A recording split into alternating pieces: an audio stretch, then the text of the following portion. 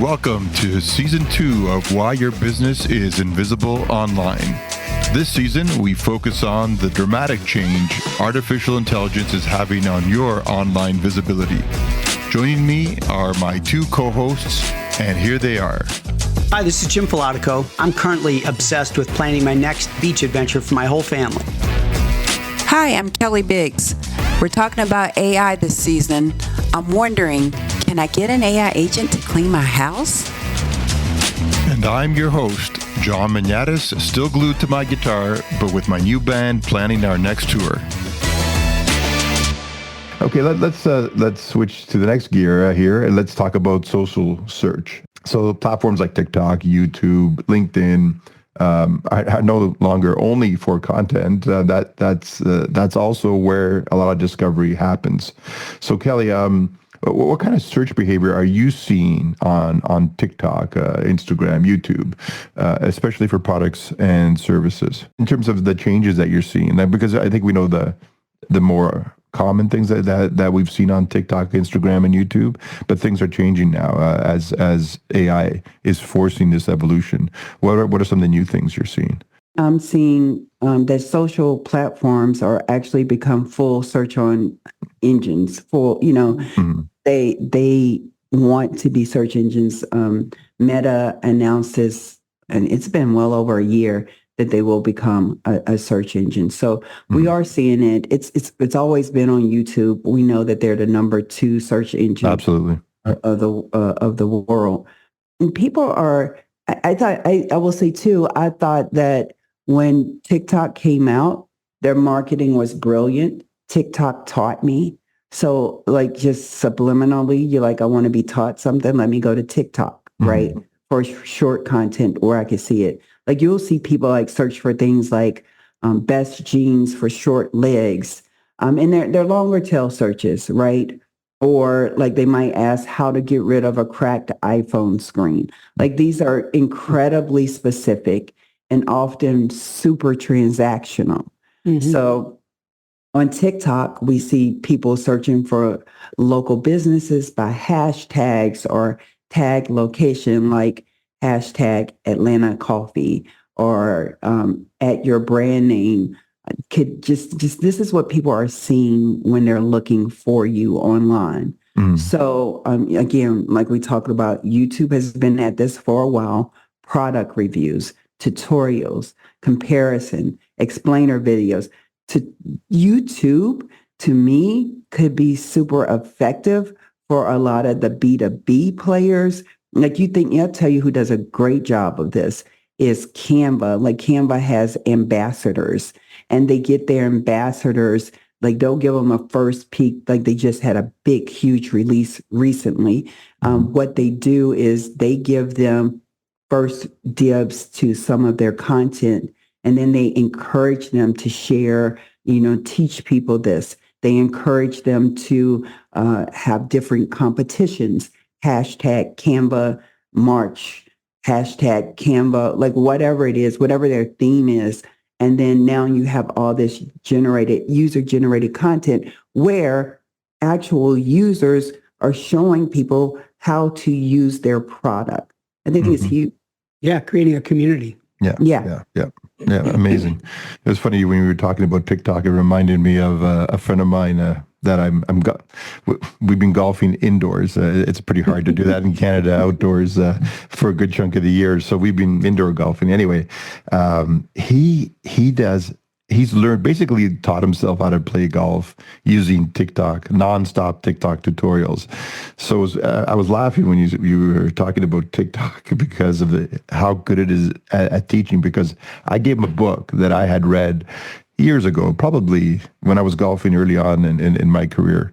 And it was an amazing book. It was written by Seve Ballesteros, who was one of the best golfers way back then, a Spanish golfer.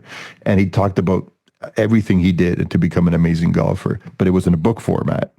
And so his kids were laughing at him because I gave him the book and I said, well, take it home. I think you'll like it. I loved it. about 20 years ago. So his kids were laughing at him and saying, "Dad, what are you reading?" And they looked at the book and they said, "There's no diagrams in here. There's nothing that shows you what to do." He said, "Yeah, I know." He goes, "I'm just going to go to TikTok and throw the book away," because that's where things are nowadays. TikTok can literally teach you how to play golf. It has so many tutorials. So, and that's where people go to today. I think that's where the impact of social is today. Jim. When it comes to B2B situations, how are B2B buyers using LinkedIn to research or validate before reaching out? I think what they want to do is they want to validate, they want to connect and make sure that what they think is true, right? Mm-hmm. So they'll check out their company page on LinkedIn. They'll check out some of the upper management. They'll see if they're posting. They'll see what kind of testimonials are getting, what kind of content they're putting out. Are they putting anything out that is thought leadership? We talk about that a lot with LinkedIn. That's the expectation, is that you become a thought leader. So are they putting things out there that are relevant, that will help them make that decision that, yep, I trust these people? Sometimes they'll see if anyone else they know is connected with them, to see, that brings that credibility and comfort level. It's that user-generated content kind of thing, where if someone else is talking about a brand and you trust that person, then you trust that brand. Understanding, did they come out with new products and new services? That's sometimes the first place they look for it. And then reputation, like I said, you want to see if they have a good reputation, if they're really engaged. You may want to look at their competitors. A lot of times you'll be able to determine what competitors they have based on some of their posts and stuff. Check those out and see if maybe there's a better mousetrap, so to speak. And just continue to look at that before you pull the trigger. Makes you feel more comfortable. It makes you probably slide down that sales funnel a little bit farther by being comfortable with the people. A lot of times you can get to know somebody, so to speak, just by reading their posts and checking out their LinkedIn profile before you even pull the trigger. So I think that's big. I know a lot of people do that. You'll set up a meeting and all of a sudden you'll get that little thing that said someone looked at your LinkedIn profile. That's right. And next thing you know, you have a meeting with them, right? Yeah. That's what people do. Yeah. And that's kind of what I'm saying. It's just check it out. Let's move into a little bit. That's a little bit about the what's going on in social media right now. So let's transition to the so what. Kelly, if a consumer brand isn't showing up when people search on TikTok or Instagram, et cetera, what are they really losing out on?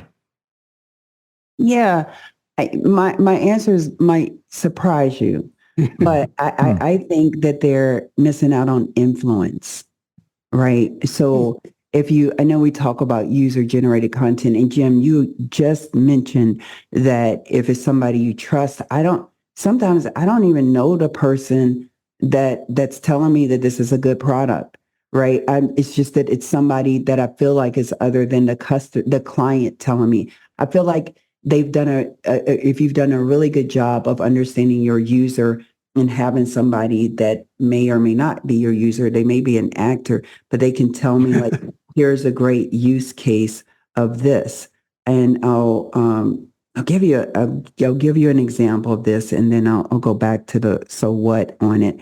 I remember when we were looking at how to run ads for the olive oil company, we came across a user-generated content of somebody where is somebody camera facing vertical lens, direct on picture. Like, you want to know something that can make your ice cream amazing? Let me tell you, the next time you buy vanilla icing, take this, and I can't remember, maybe it was strawberry infused olive oil or whatever it was, poured it over the top, and she takes a bite and she's like, amazing. Right? And so, like, I don't know her, but I'm like, I'm going to try that. Yeah. So just kind of thinking about that. And when I sent that to the client, she's like, we do this with popcorn all the time. And I was like, then we should put that out there, because people don't know. So now you're moving into, here's the influence, right? Here's somebody who's actually tasting it, you feel like it's scrumptious. Like you're thinking about that. So when you're thinking about platforms like TikTok, Instagram, even Pinterest, people aren't just scrolling. They're not. They're scrolling with intent. They're typing full-on questions, looking for review, saving content that helps them decide what to buy or what to trust. So to answer your question, if you're not showing up, you're not even going to be considered at all. Sometimes it's higher top of the funnel. When I think about Pinterest, I don't know, Jim, if you did this or if your wife for your basement, but we would use Pinterest to say, this is what we would like to see. Here are some ideas, and feed that over to our designer. Case in point, we have a big screen TV and a wall that supports it, but it's a 100-inch TV. I didn't even know they made these things, but of course my husband did. So rather than just pop that on the wall, we wanted some areas of interest. Like we didn't want you just to be looking at the wall. And so we started searching for like what would make sense. And so we came across something on Pinterest. It's like this wood application. And we found, I ended up getting samples from probably 4 or 5 different vendors.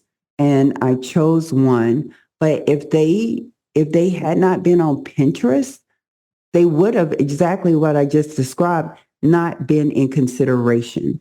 So if you the bottom line to this, to kind of level it out, is social isn't just about engagement anymore. It's a part of your buyer's journey. And if you're not searchable, you're skippable. Yeah. It's funny, on Instagram years ago when it would be a struggle to get a lot of my clients to even post on Instagram. They would say, really, that's not really for us. My kids are on Instagram. It's not where I want to advertise my business. And nowadays, it's the complete opposite. The amount of business, it's almost a given now that every business definitely wants to influence, to your point, Kelly, it's a big part of their, I guess, authority in the marketplace. It's a location that allows you to build that authority. And so everybody should be taking advantage of it. Jim, on the B2B side of things, so what happens when a founder's or like a leader's LinkedIn doesn't reflect their authority? So a founder, owner, the person who's running the business, when that LinkedIn site doesn't really reflect their authority, what's the impact these days? Yeah. Well, first of all, that's touchy. I had a client that the CEO had the dreaded blank space for the picture, and no content, not much filled out, and they're a B2B company, and so I had to have that conversation that, oh, by the way, if you're trying to sell B2B and you're the CEO, they're going to look for you. And if they see that, there's a really good chance you're not going to get the business. Yeah. Right. Because if you're not engaged, if you're not talking about your products and or services or whatever it is, it's just not going to happen. And so, we as a group have helped people update their LinkedIn profiles and things, especially if you're B2B, to make sure that they are found. But in this case, it was, okay, the first thing we're going to do, I don't want to talk about digital marketing strategy. Let's just get your profile set up properly. And whether you post, it's not like you have to post every day. Just try to post, once a month, once a week, whatever it is. Right. But at least be engaged or have somebody do it for you. You know what I mean? Have one of your employees help you out or whatever. But you can't have that blank screen and expect a B2B company to feel comfortable buying from you. Yeah. Right. Agree.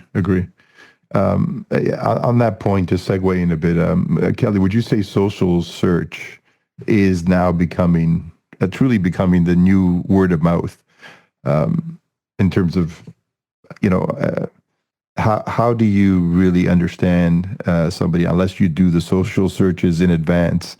And how does that change, the way you decide that you trust a brand or don't trust a brand? Yeah. So as with everything, I would say it depends. I don't, Okay. I don't think it hurts.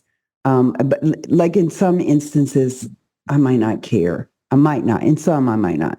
If depending on what I'm looking for, if I get a good, strong referral, then I'm probably going to go there. But I'm probably, if it's, let's just say in general, it's a brand you're not familiar with, then in my opinion, the answer to your question is absolutely. Not only that, I think it's word of mouth at scale.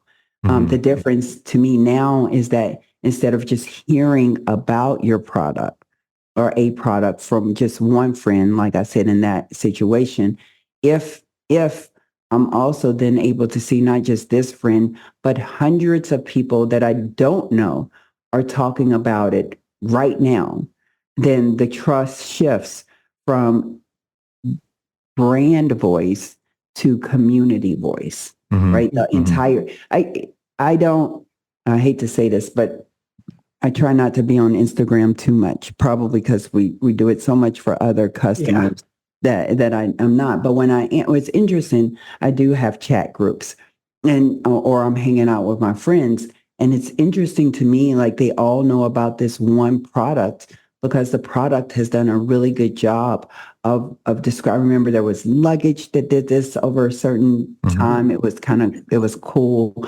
But basically what I think I'm saying here is that if your brand, and I would probably say newer brand, not that it doesn't have a place for older brands, because it absolutely does. We've seen people do this in real time that are your brands you wouldn't expect this of. IBM.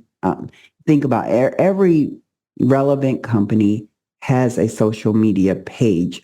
I'm just saying, I think it's more necessary when people don't know your brand and you need people to show up, especially, I will also say, if you're considered what's a commoditized business, you'd better find a lane to make it not commoditized or make yours the thing that everybody wants to have. Yeah, no, absolutely. Yeah. Would you guys just say that, people trust social even more now than even a company's website? Has it shifted to that degree? I don't know that. I don't know. I guess it just depends, and I guess you'd have to ask. I think it might depend on the.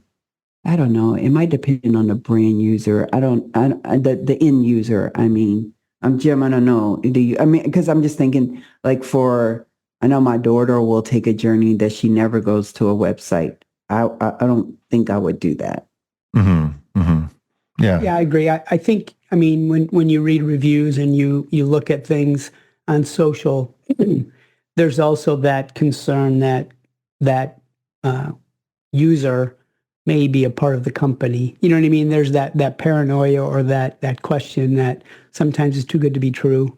And so you wonder if there's a little bit of vote stuffing, so to speak, Yeah. And so I think people, you have to kind of read between the lines. And I think websites are still obviously very important and the content on there. Now, adding user-generated content there, if it's legitimate, I think helps you obviously. And same thing on social. You want to make sure that you have kind of that combination of both so that you keep your brand, because you have to control your brand as much as you can today. And that's very, very difficult with social media and with, the power of the consumer. So you need to control it as best you can and steer it as best you can.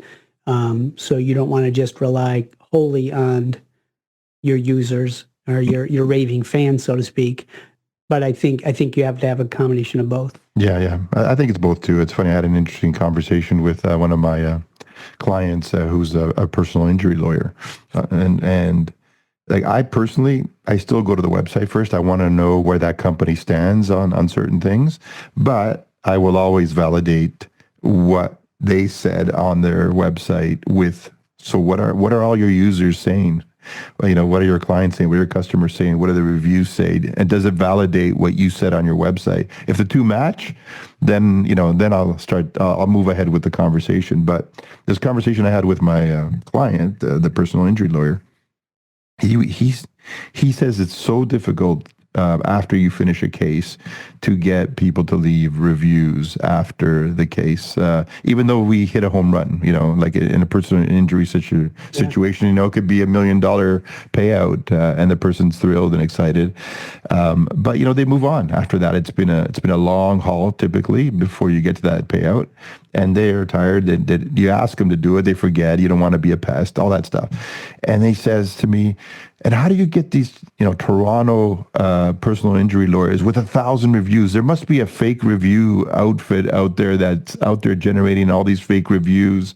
And how can you even trust them anymore? If there's I have he said, 20 good reviews, and they're all solid, all fives. And I said, I know, you've earned them. He said, yeah, okay, I have. He said, how did that other company get 1,000? And so there are people getting skeptical about reviews these days and whether they're legitimate, especially with restaurants, actually. Some of them think it's all their relatives typing in fake reviews. And there's these, he says to me, there must be these fake review companies out there. That's all they do. They generate fake reviews because they know how important they are these days. Anyway, I digressed a little bit there because I know it's an important issue, and I think reviews are more important than ever before. Yeah. So we'll see where that goes in the future. I want to switch to the now what. We've talked a lot about now social and what's happening in the marketplace with it, and a little bit of the so what. But now what? So Jim, what are maybe 3 low effort ways to boost visibility using social search? Yeah, I think the biggest, the first one obviously is making sure that every line on your profile, every organization, the position, all that stuff is filled out. A lot of times people just kind of fly through the profile itself and they don't fill it out completely. And when you do that, those are there for a reason. That's what they're searching for. That's what the algorithm searches for when they're searching for a product or service or a company name, whatever it is. So you want to make sure that that's optimized, completely filled out.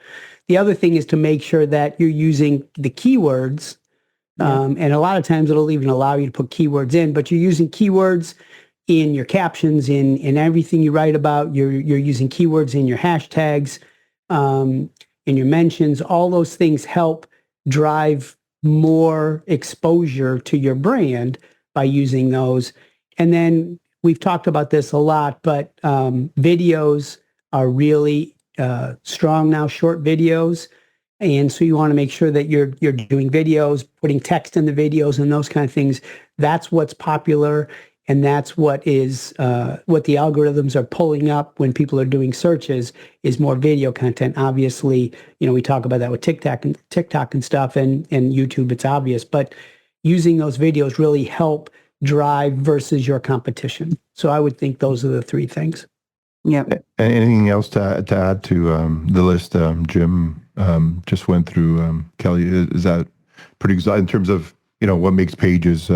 So there's profiles, or Google Business Profile and so forth, but other pages on websites and so forth. Are there other things that people should be looking at to make them more searchable on social? Yeah, no, I feel like what Jim said was spot on. Like the use of the clear keywords, the descriptions, your bio, your about section. What I would add is not just saying what you do, but how you do it. So let me give you an example. So instead of saying we print shirts, and while that's clear and direct and I understand exactly what you do, it might be better if you said custom t-shirts for events. Like, be specific. Yeah. And then make sure that your handles, hashtags, and captions are consistent, not just on that platform, but every platform. So if you could, sometimes the name, you run into somebody has already claimed that name and there's nothing you can do about it, but try to stay as much as you can close to that, because it just makes it easier for you to be found. One cheat, I would say, for LinkedIn specifically It's an easy win. Somebody can take this and do this now. If you have a company page, and if you don't create one, I'm talking for smaller businesses. If maybe you just have your profile up there, you just haven't gotten around to doing a LinkedIn page for your business, go ahead and create one. But for everybody, if you have a LinkedIn page, you may or may not know this, but you can invite, I think it's up to 200 people to follow you every single month. So you get credits to be able to do this. Mm-hmm. So either you or someone on your team should be sending invites. It's a low effort. People generally will follow.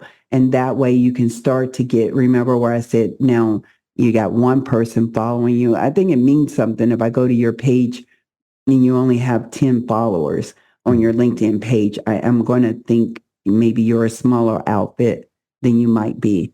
Don't forget alt tagging your texts for tagging for images, especially for your Pinterest and Instagram pictures. Mm-hmm. Those little metadata really help in getting you found by voice and visual search. Yeah, that's a great point. One thing I wanted to talk about, because we talked about a lot, there's a lot of work happening here to make all this happen. So everybody with their marketing teams, whether they're teams of 1, 2, 3, 4, let's face it, even with AI helping us with that work these days, there's still a lot to do.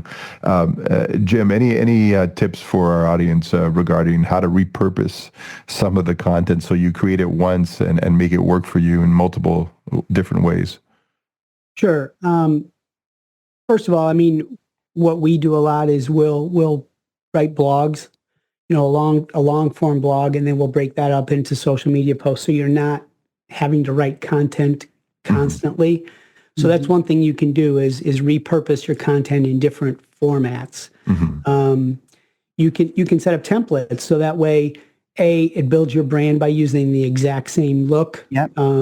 A/B test and make sure it actually is working, but at the same time, using that template and then dropping in content, dropping in an image, dropping in a video, whatever, that really helps. And then being able to schedule out so you're not, oh, shoot, I have to do it today, I have to do it tomorrow, I have to do it the next day, but schedule out a week or a month in advance. If you're able to do that, that'll definitely save time. It's not really repurposing, but it allows you, you can schedule it all out. And you can repurpose between different social media platforms. Just be cognizant that TikTok is different than LinkedIn, obviously. Mm-hmm. But repurposing that way you can do as well. So those are a couple that I would think that would at least help be more efficient and effective. Awesome. And don't be afraid to, I'll just add one, don't be afraid to repost the same thing. Yeah. Like if you had content that went well, or if you have organic content that went well on Instagram, for instance, considering making it an ad. Mm-hmm. Yeah. That's a great point as well. Okay, so that wraps up the social section. I think we've pretty much exhausted it for now, and it's still evolving. So we'll get back to it in future episodes. Thank you for tuning in to Why Your Business is Invisible Online. If you enjoyed today's episode, please do us a favor and subscribe and follow us on Spotify and Apple. Be sure to share it with other business owners who might find it helpful. If you want to dig deeper, contact us at ruinvisibleonline.com. That's capital letter R, capital letter U, followed by invisibleonline.com. Or message us on our LinkedIn business profile with the same title, Are You Invisible Online? The information shared in this podcast is for educational purposes only and should not be considered professional advice.